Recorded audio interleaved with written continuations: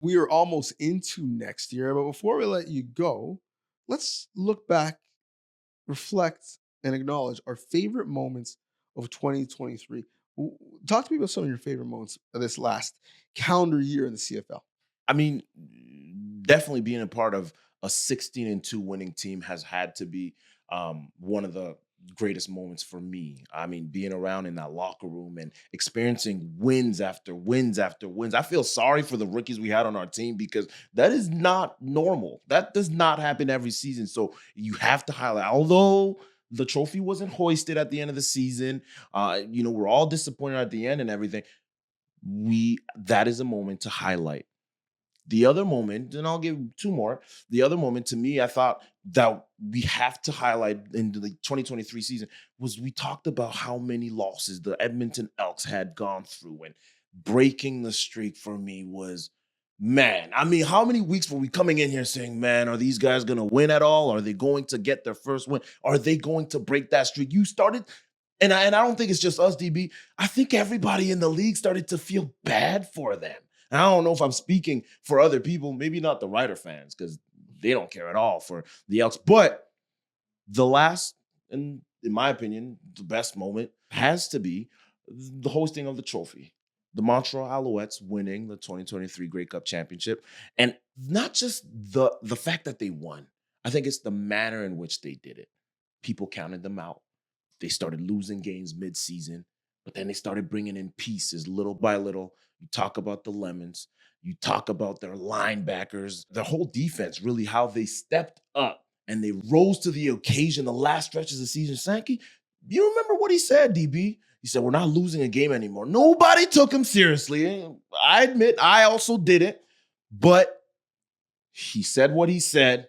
He stood on business. They stood on business and went all the way to the Grey Cup. And to me, that was an amazing last stretch of the season. And obviously, ultimately, raising the trophy. There's nothing better than that.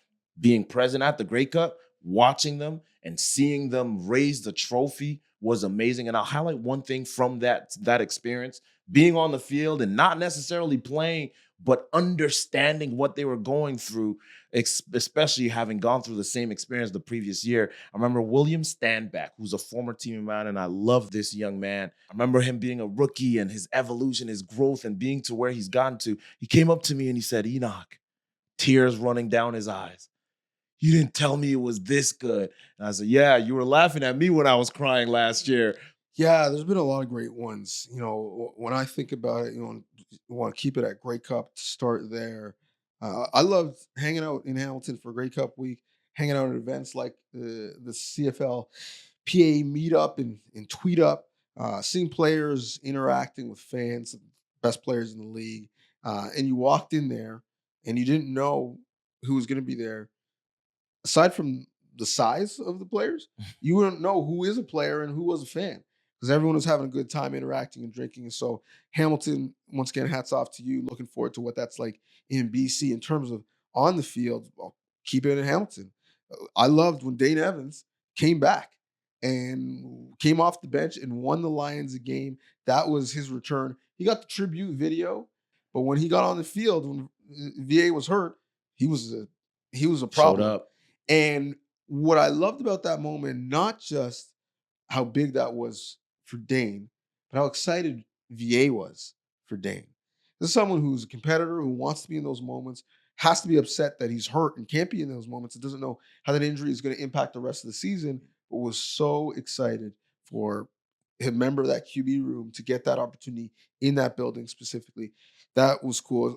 In terms of QBs, you talked about the Trey Ford, resurgence, renaissance, if you will, to steal a term from Beyonce's new tour. Mhm. Man, I think he stamped his "I'm here" moment at BMO Field against the Argos. He's got fans in the stands, made the trip from Niagara Falls, where he's from, and Waterloo, where he played, to be there in a losing effort, but made a play against, at the time, the best team in the league. I would argue still the best defense in the league. That was like, I don't care where you're born, what your nationality is, what your passport says, that's a player right there. And so I love the fact that he made an amazing play in that moment. And then talk about amazing plays. I'll give you one that comes full circle. The draft, where the aspirations and the hopes and dreams are somewhat realized when players are drafted.